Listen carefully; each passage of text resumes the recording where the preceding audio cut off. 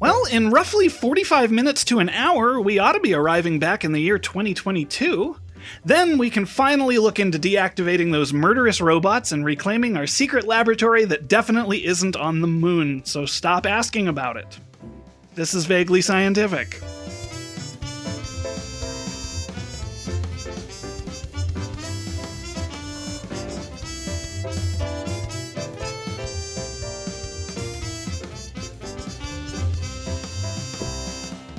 I am Derek, and joining me, as always, is the 27th most science-y person I know. Here's Jim. Hi, Jim. I'm going to be expecting a list of 1 to 26 on my desk by tomorrow morning. I can make that happen.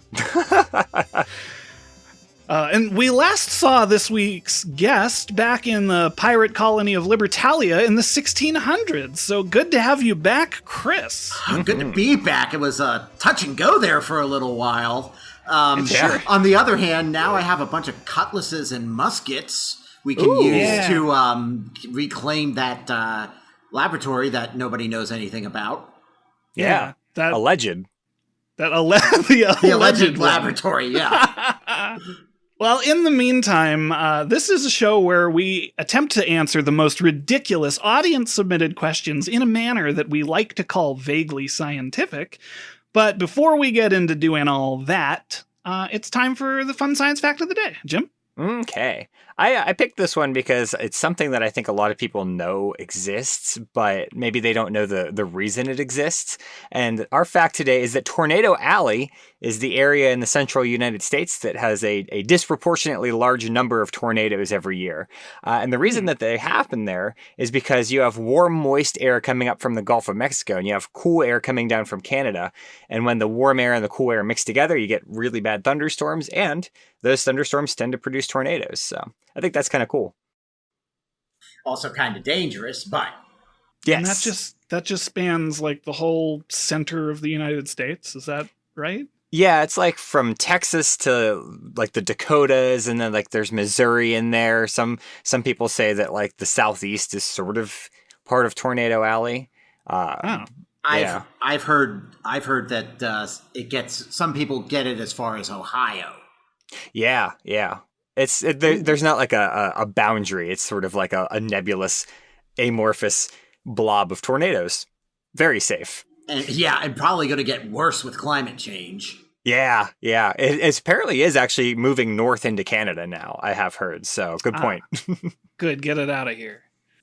Well, it's just extending. It's not like shifting. Oh, no. That's worse. Yeah. We had a tornado.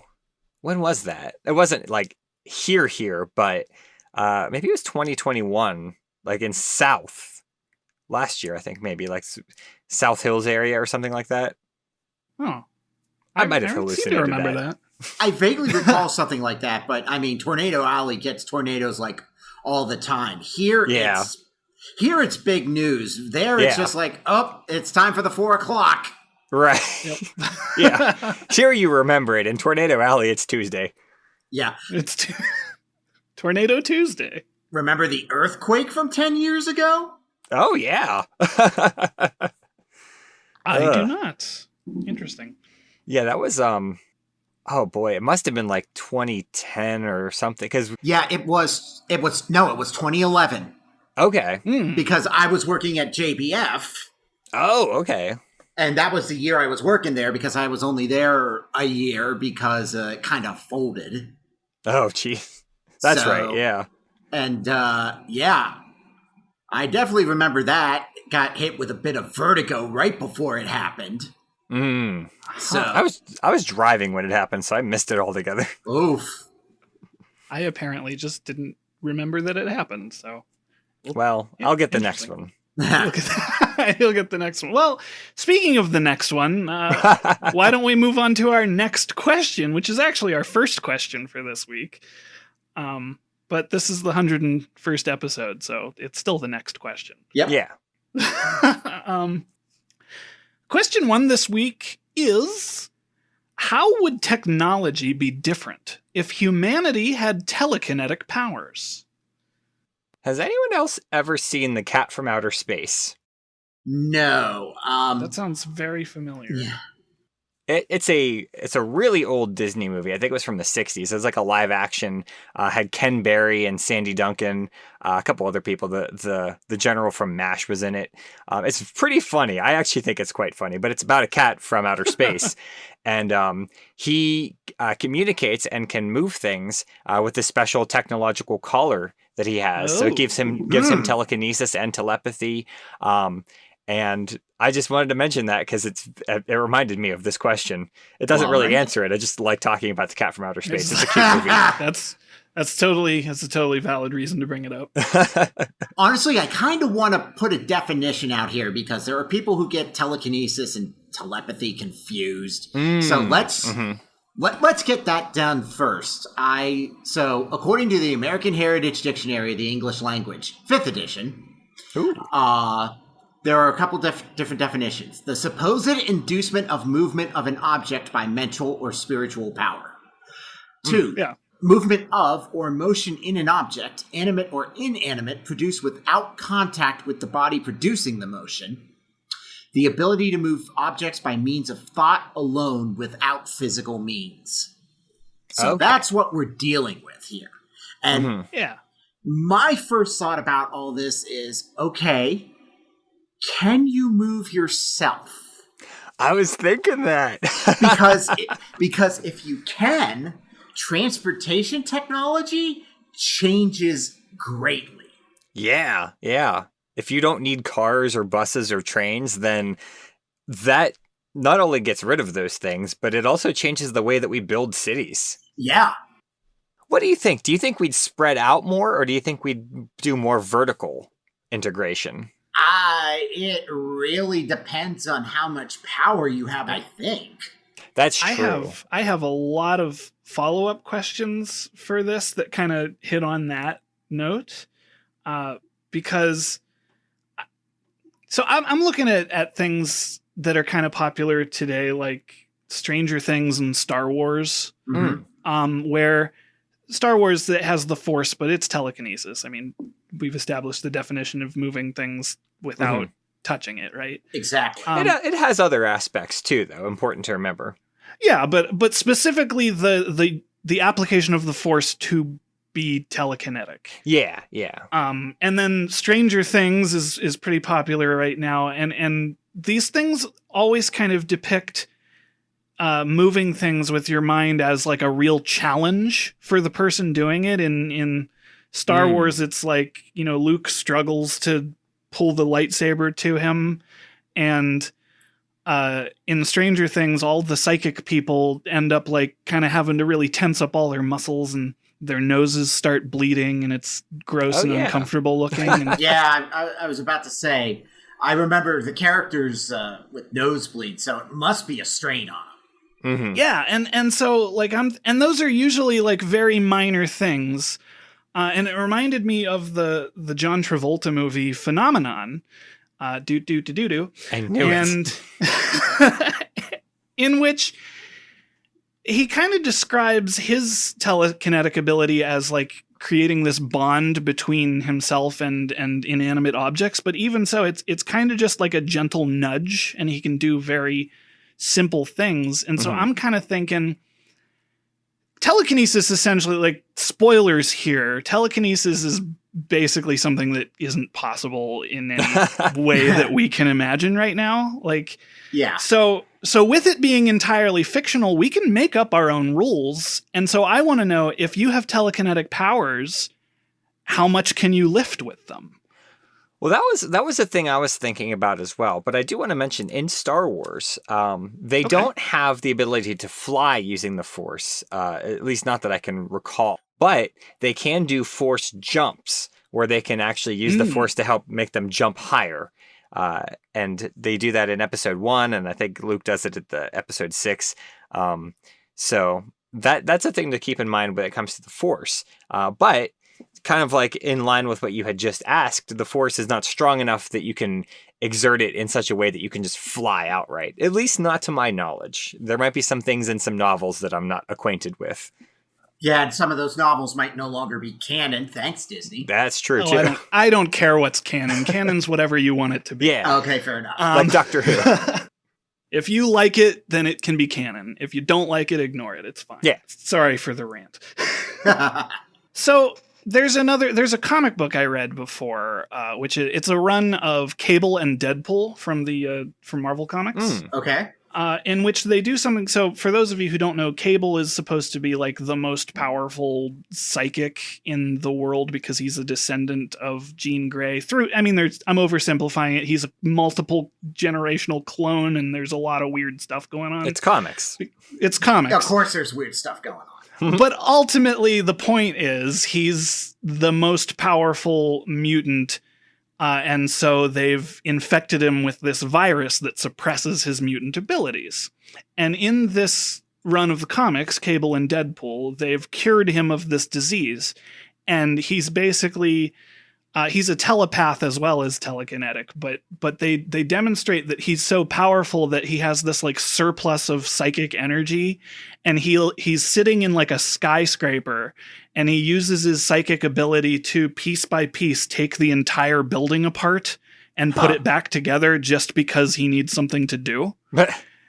And I'm thinking, if it can be that powerful, then like, what kind of technology would exist? Like, we wouldn't need technology. I mean, you wouldn't need like heavy machinery. You could get rid of, all the backhoes and the wrecking balls and the dump trucks, because you just have dudes walking around constructing buildings with their minds.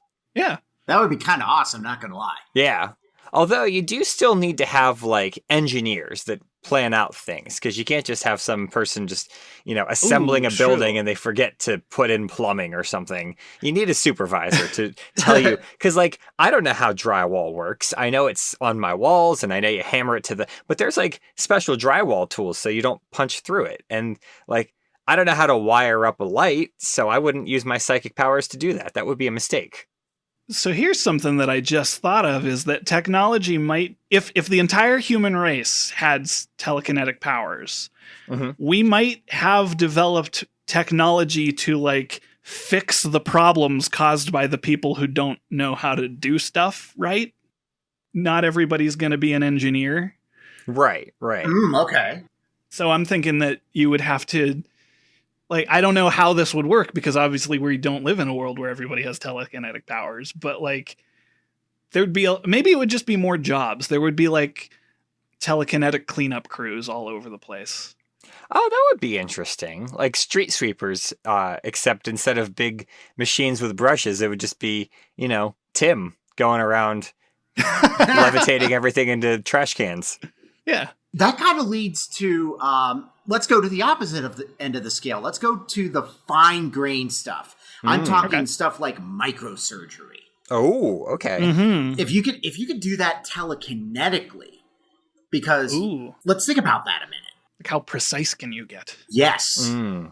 I think that would be, well, yeah, I mean, if you had like the microscope or whatever I guess you would call it, like the magnifying device that you would use for normal surgery, that would actually probably be safer, I would think, because you'd be able to manipulate very small, like assuming that it can be that fine grain. I think that would be safer, actually. Here's my question for that then, because even though we require ridiculously complex machines to do this kind of stuff, if it was all telekinetic, regardless of how precise you could be, that would be like way more chance for human error.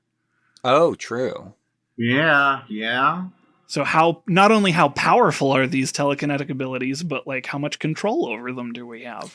That made me think of the Da Vinci robot that is used for telesurgery. So you could be across the world and using this robot to do surgery. Ooh. I wonder if you could use telekinesis instead of the internet to control something remotely, like a little scalpel or what have you. Yeah, what's the range on it? Mm-hmm. Yeah, and thinking about stuff like jitters and nerves. Ooh, yeah. What happens if you sneeze? Oh no. And you lose concentration? Yeah. What happens if your mind wanders and you start thinking about Wheel of Fortune? Yeah. And all of a sudden the scalpel just starts spinning around. Yeah. And where's it going to stop? Nobody knows. Lose a turn. Yeah.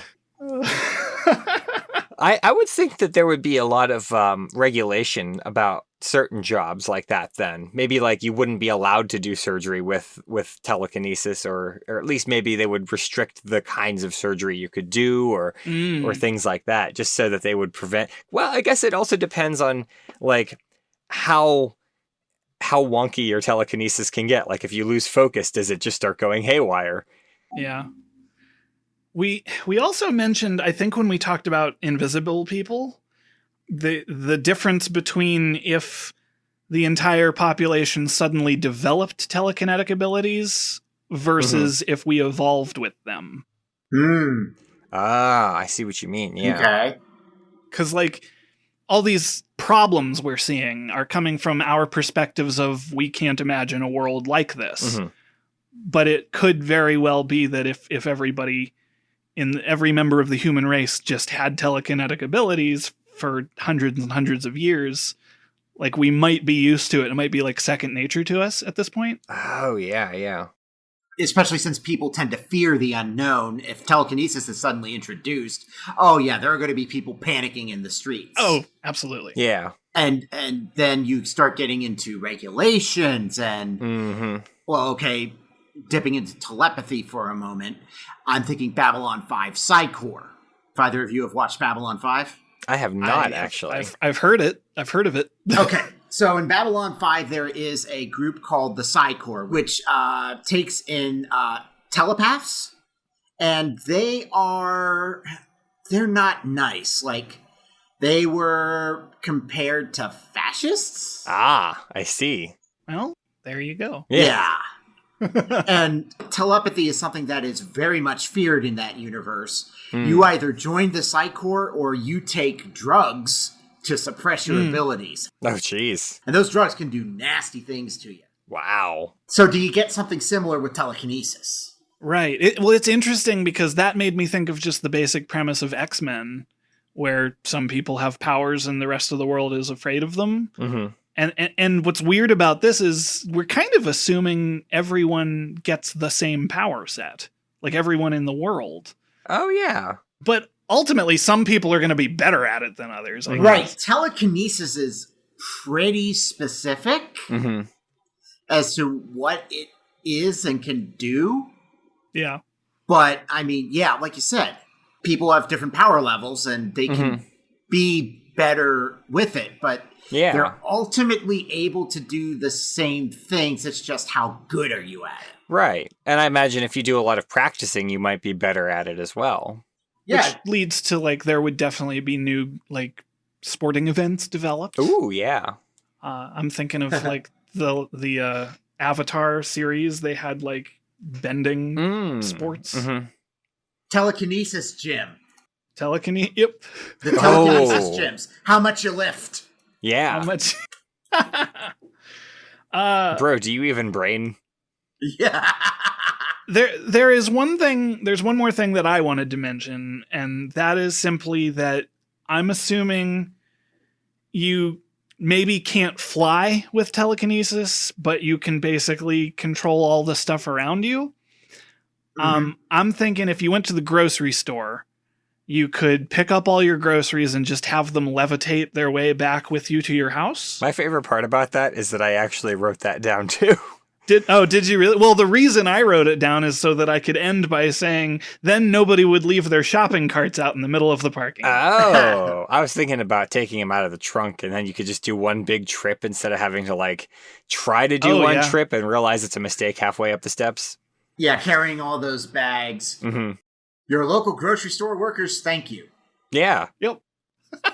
The last thing I wanted to mention, it was something I was thinking about as I was sitting there looking around the room at what I would want to use telekinesis on. And I initially thought that you could get rid of remote controls, but then I was thinking to myself, my TV doesn't have buttons anymore. Yeah. So you couldn't. You would have to revert back to having button TVs, in which case you'd have to have, like, some sort of photo manipulation powers in addition to telekinesis. Yeah. Or you could just use telekinesis to bring the remote to you, which is probably easier, I think. But yeah. Yep. Well, do you think that we would have, because I don't think remote controls ever would have been invented, so we probably would never have introduced the little laser eye thing. Oh, that's true. Yeah. Like, I think you just would always have had buttons because there was never a need to invent something else to deal with it. Yeah. That's a good point. I hadn't thought of that. Weird. This is a weird society. Yeah. Yep. All right, listeners, let us know what other mind powers you want us to explore the world of, I suppose, in the future. But in the meantime, our second question this week comes to us from Jonathan. Can spaceships eventually reach light speed given enough time and no interference from gravity? So my first thought on this is gravity isn't the only force in question here. Oh, absolutely. The first one I came up with is friction. Oh, yeah. I expanded let's continue exploring this, but I also did kind of start saying, what if we eliminate every conceivable force? Mm-hmm. Right. Still have thoughts on that. But so friction in outer space, what are our main sources of friction, I suppose? Dark matter? Yeah, I was going to say it would probably be dust and like interstellar gas. And you might hit into some like radiation pressure as well. So like all those things there. But no wind resistance. I mean, there's not going to be a ton of friction, but there will be some. It'll slow you down a bit. Okay. Hit a meteor, it'll slow you down a lot. Even without altering the question, the gravity, like you might as well have said with any other resistance whatsoever, because right. Having an environment without any gravity is impossible to test. Mm-hmm. Right. And the going notion right now, and this is, part of relativity, and because some of it is theoretical, it is subject to change, but the understanding that we have right now is that there's really not a way to accelerate to the speed of light, because the faster you go, the more mass you need to push the other direction, and to get to the speed of light you would need an infinite amount of mass, like more mass than there is in the universe. So that's what I was going to say. This is really more of a question that I'm posing because I didn't want to spend the time reading all the physics textbooks. It's not like it's rocket science or anything. But so the question I had was like, let's assume you're in a frictionless, gravityless world and you're stationary, right? Mm-hmm. You can then use rocket propulsion to, propel yourself. But at some point, you're only going to match the force of the rocket, right? Because you can't because perpetual motion is not a thing. Mm-hmm.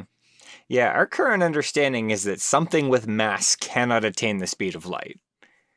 Okay. Right, because the because light particles don't have mass. Right. The Higgs boson just doesn't exist for those. Mm-hmm. Now we're getting into some deep quantum physics that I, quite frankly, do not understand. Yeah. Just like every other quantum physicist. It gets, pretty basically. It gets wild down there in the itty bitty zone. In the Ant-Man world. I want to tell you about my favorite subatomic particle, and that is the neutrino.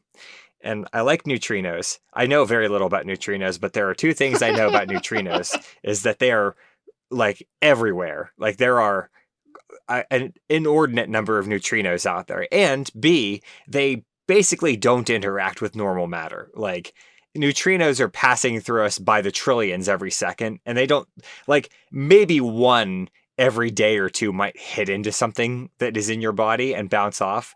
But like neutrinos they go through the earth and come out the other side. And like we're getting hit with neutrinos from the other side of the earth, coming up and coming down, and from all of the neutrinos just exist. And I think that's cool. So what you're saying is that I simultaneously am and am not being slapped upside the face by neutrinos all the time. Exactly. Yeah. Schrodinger's uppercut. Quantum physics makes my head hurt. Yeah. So here's a question that maybe has been answered before, or at least discussed, and I'll say I don't necessarily expect either of you to be able to answer this, but I'll be pleasantly surprised if you can.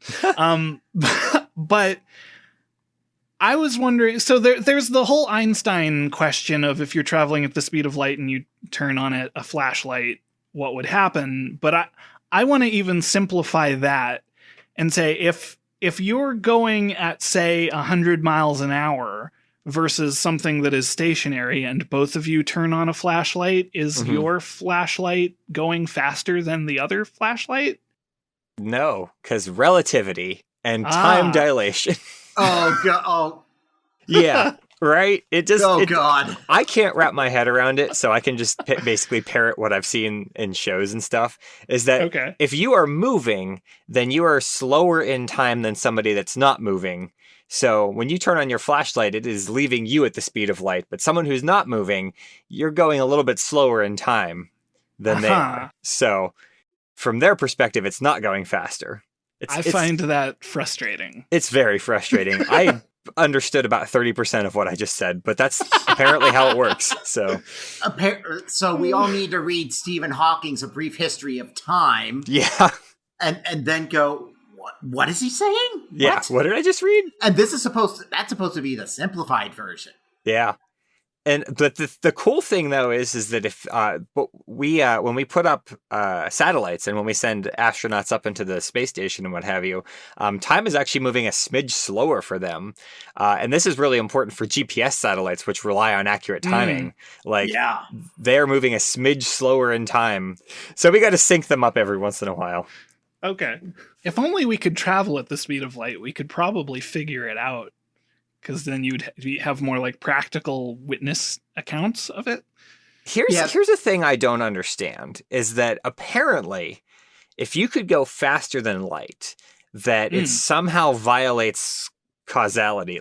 That's like time travel. And I don't know why that would have to be the case. Like, I don't understand why time travel has to cause problems with causality. But maybe it's because I watch too much Doctor Who. A lot of time travel narratives basically depend on the fact that nobody really understands this. That's true. I mean, haven't we talked about time travel on this show before? Oh, plenty. Yeah, I'm sure we have. And we're no further ahead than we were when we started. Exactly. Well, we've moved forward in time. Yeah. Well, yeah. We've made no progress on the issue. We've moved forward in time at a rate of 1 second per second. Unless we were approaching the speed of light, in which case it was slightly slower than 1 second per second. Right. Yeah. Or is it slightly faster than one? Ow, brain, ow. Do the seconds eventually become faster than the hours, or longer than the hours?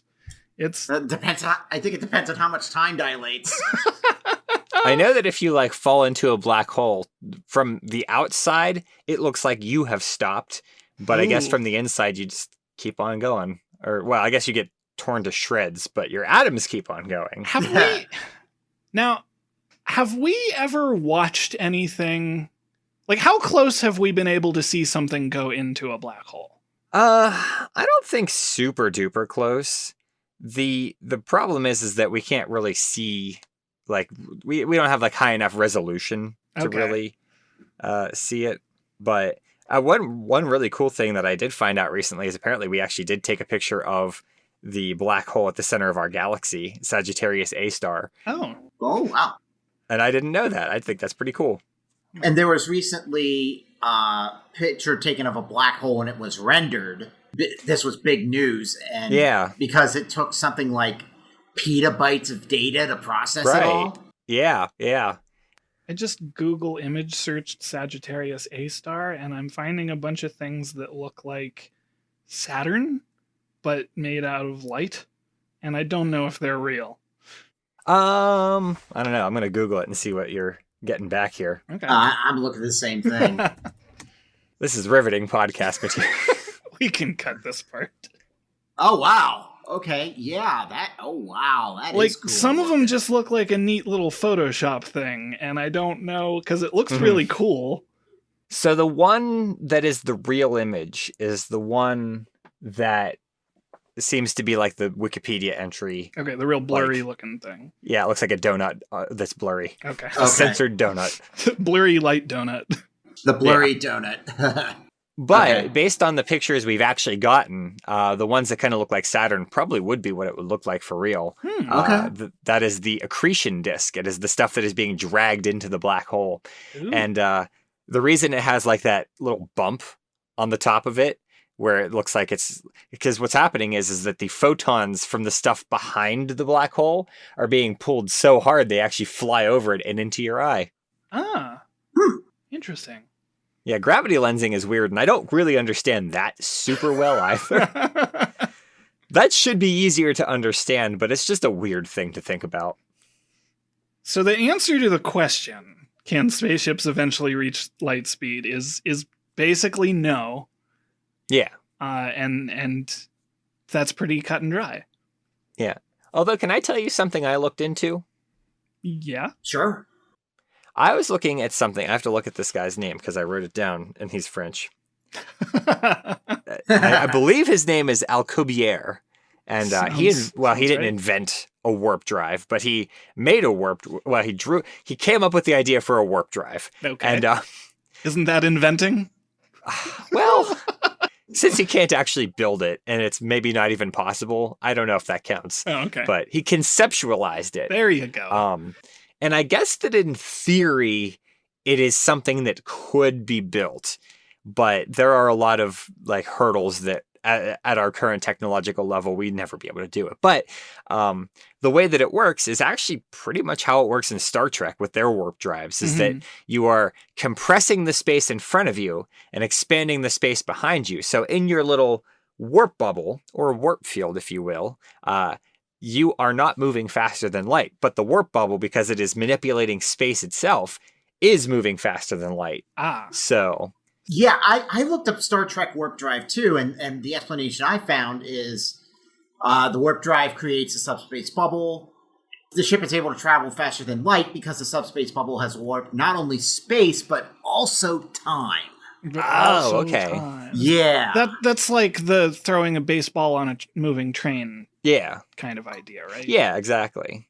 Yeah, and basically anything that warps space is going to warp time, like a black hole, for instance. So right. So without doing any research at all, my guess is that the problem with that is the actual creation of the warp bubble.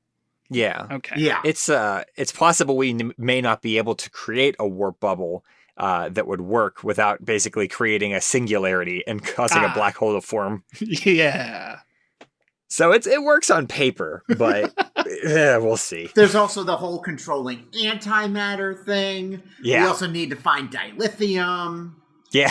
Oh, yeah, I have a whole crate full of that if you need it. I got regular lithium. We could just attach two of them together. And then you got dilithium. Yeah. Hey. Don't make trilithium because that's very unstable. It is. Yes. I saw that movie. That was a Star Trek movie, wasn't it? Yeah. That was Star Trek Generations. Oh, that's right. That's right. For a minute, I was also almost thinking it was Nemesis, and it's like, I don't remember that in Nemesis. Nemesis is the one with the clone Picard, right? Yes. Okay, yeah. I don't remember liking that one too much. Is that Borg? Not Picard? a lot of people. Borg Picard? No. No. No, that was First Contact. Although I think I'd be remiss of mentioning Star Trek now. Some of the newer Star Treks, Discovery specifically, they have another way to go faster than light. However, really? I'm not going to get much into it. I'm just going to quote one of the characters from, specifically I'm going to quote Captain Pike. Okay. If you're telling me that this ship can travel by skipping along a highway made out of mushrooms, I'm going to have to kind of take that on faith. Huh. Isn't that the plot to Mario Kart? I thought that was the plot to Sonic 3 and Knuckles. Yeah, there's that too. No, it's something called a spore drive, and I basically took it as Treknobabble. Yes. So... I mean, that's what it would have been, right? Yeah. Yep, Yeah. Exactly. Now, there is one other way. And this isn't really traveling at speed of light or anything like that. It's more just punching a hole in the universe. I'm talking about wormholes here. You're not going to go faster than light, but you will travel from point A to point B faster than light, which, I mean, I feel like that's just as good. Yeah, I mean, teleportation, if... Oh, we've talked about this a little bit before. If teleportation isn't moving from point A to point B through point C, if it's just blipping from A to B, then that would be faster than light because it would be instantaneous. Yeah. Right. Oh, that reminds me of another really interesting thing that I was reading about.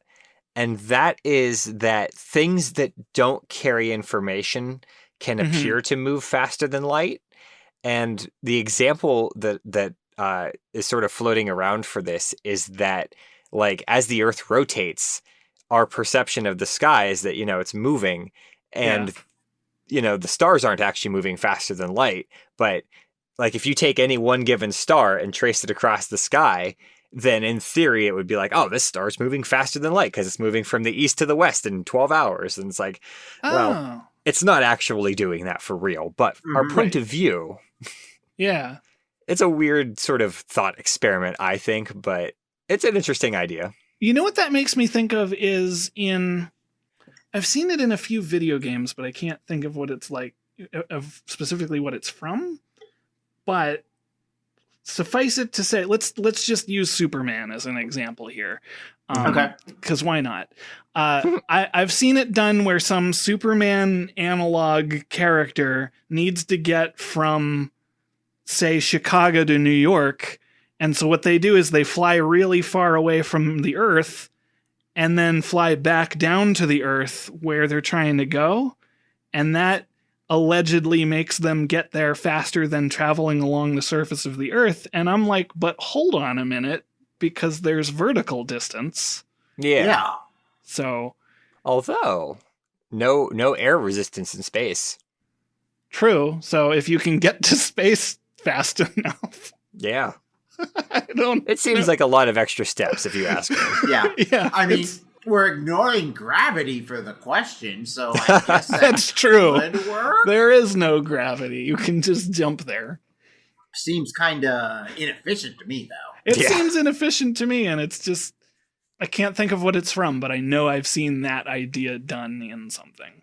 Shortest distance between 2 points is a straight line. So technically, I guess if you wanted to be really short with the distance, you kind of have to go through the Earth because of the curvature? Yeah. That would be better, but then there's a big Earth in the way. Yeah. You could just brush that aside. Yeah, what if you just, like, drill a subway through, I mean, we did that. We personally did that, or it's called the subway. No, I mean, like, through the Earth to go like to Australia or something. I was about to say, from New York to Chicago. I was thinking New York to Australia. I was just joking and saying that a subway is literally a tunnel through the Earth. But well, what did we say? It was like close to 42 minutes or something that it would take. Well, yeah, if you fell straight through if you fell straight through the Earth. Yeah. Well, that'd be pretty fast. Yeah. You gotta watch for the extremely high temperatures though. Yeah, there's a lot of reasons that's a bad idea. The most of which is that it's not possible. Yeah. And the second of which is that it's like 10,000 degrees in there. Well, listeners, let us know this week if spaceships had telekinetic powers, could they eventually reach the speed of light? Well, in that case, yeah, I don't know. I was about to say, I think I'd vote yes. I think I'd vote yes. Jim, do we have any listener mail this week? Wait, hold on. Was Andromeda, didn't that ship have a telekinesis? I never watched Andromeda. I never watched it either. With Kevin Sorbo? I feel like one of the, like, 90s sci-fi, like, the ship had either psychic powers or like a super advanced AI, or I don't know what I'm talking about. Is that the one with the living ship? There's one that had like a living ship. I think that's Andromeda, yeah. That might be. It might have had psychic powers. I don't know anything about it. I shouldn't have said anything. That's okay. The listeners will let us know. Anybody out there a fan of Andromeda? Please let us know. But yes, we do have listener mail. And as always, if you want to send us listener mail, you can email us at feedback@vaguelyscientific.com. You can comment on our blog. You can like us on Facebook. You can tweet @vaguelysci. And this email comes to us in regards to episode 99, We Wouldn't Eat Treebeard. And this email comes to us from Michelle. And Michelle writes, Listen to the most recent one the other night. Have either of you seen the movie All of Me with Steve Martin and Lily Tomlin, in which two persons inhabit one body and fight each other for dominance? Seems appropriate to some of your discussion in the recent episode. Also, Orson Scott Card's Ender series of books includes a race of sentient mammal-type beings whose existence / life cycle is dependent on trees. An interesting concept, which Card handled well. I think I did see that Steve Martin movie a long time ago, and I almost brought it up when we talked about that. But I have not seen it, but I like Steve Martin and Lily Tomlin, so... It sounds vaguely familiar, but I don't think I've seen it. Yeah, I think they're both in Steve Martin's body, and he is like playing both characters. Oh, okay. I don't remember if it was good, but... I've also not read the Ender series. I saw the Ender's Game movie. Is that the same thing? Was it any good? I mean... I thought it was entertaining, but I've never read the series, and I'm very like good at differentiating between I'm just watching a movie to have fun versus I'm watching a movie that I want to be good cinema. So I'll put it that like it was a neat little like there's aliens and it's space, right? I don't know. Okay. It is interesting to think about that. Well. And a really good example of this, I think, might be like the jellyfish, because the jellyfish spends part of its life cycle. It's not like a plant, but it's a stationary, like hydra coral tentacle thing that just sort of hangs out on a rock. And so I think that's a really interesting idea, that there might be like an alien creature out there that has part of its life cycle is that it's stationary and maybe even is more plant-like or does photosynthesis. So that's a cool idea.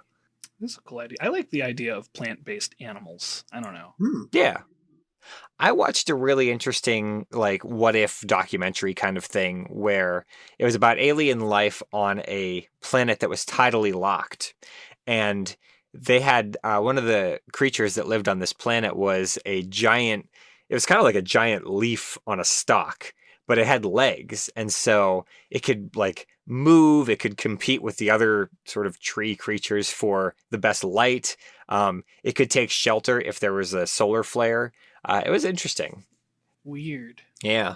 All I gotta say about plant-based animals is vegans officially become confused.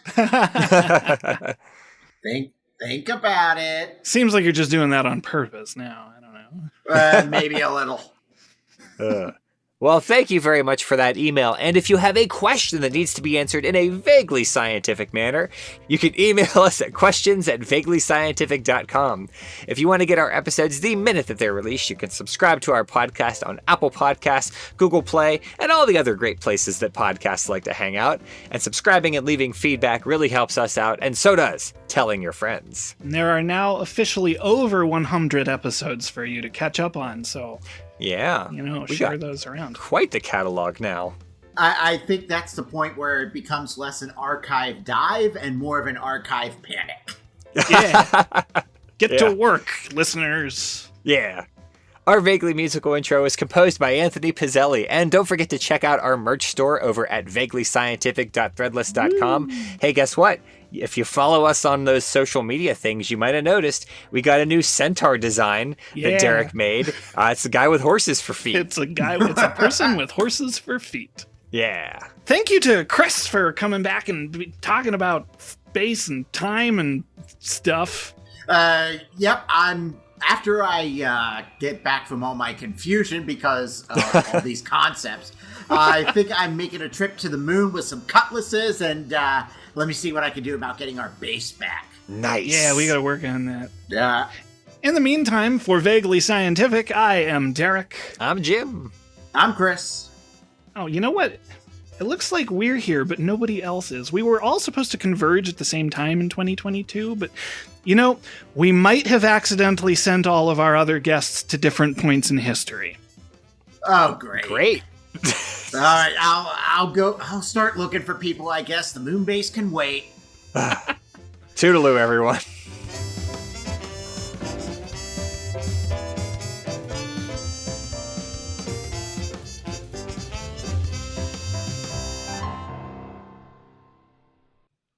Chris, are there any things you need to be reminded of before we get started? I don't think so. I've done this 6 times now, so.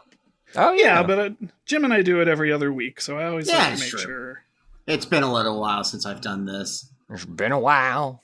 It's also simple, so I never expect there to be a huge wait, how do I do this? But I want to ask, I mean, we've already got the technical stuff down. The rest of it is just me bloviating for 40 minutes. Yeah, you just gotta talk. You just gotta say words with your mouth. Yeah. Yep. And I am very good at using my mouth hole. I am very fluent in words. Yes. I am fluent in words. I even make some of them up.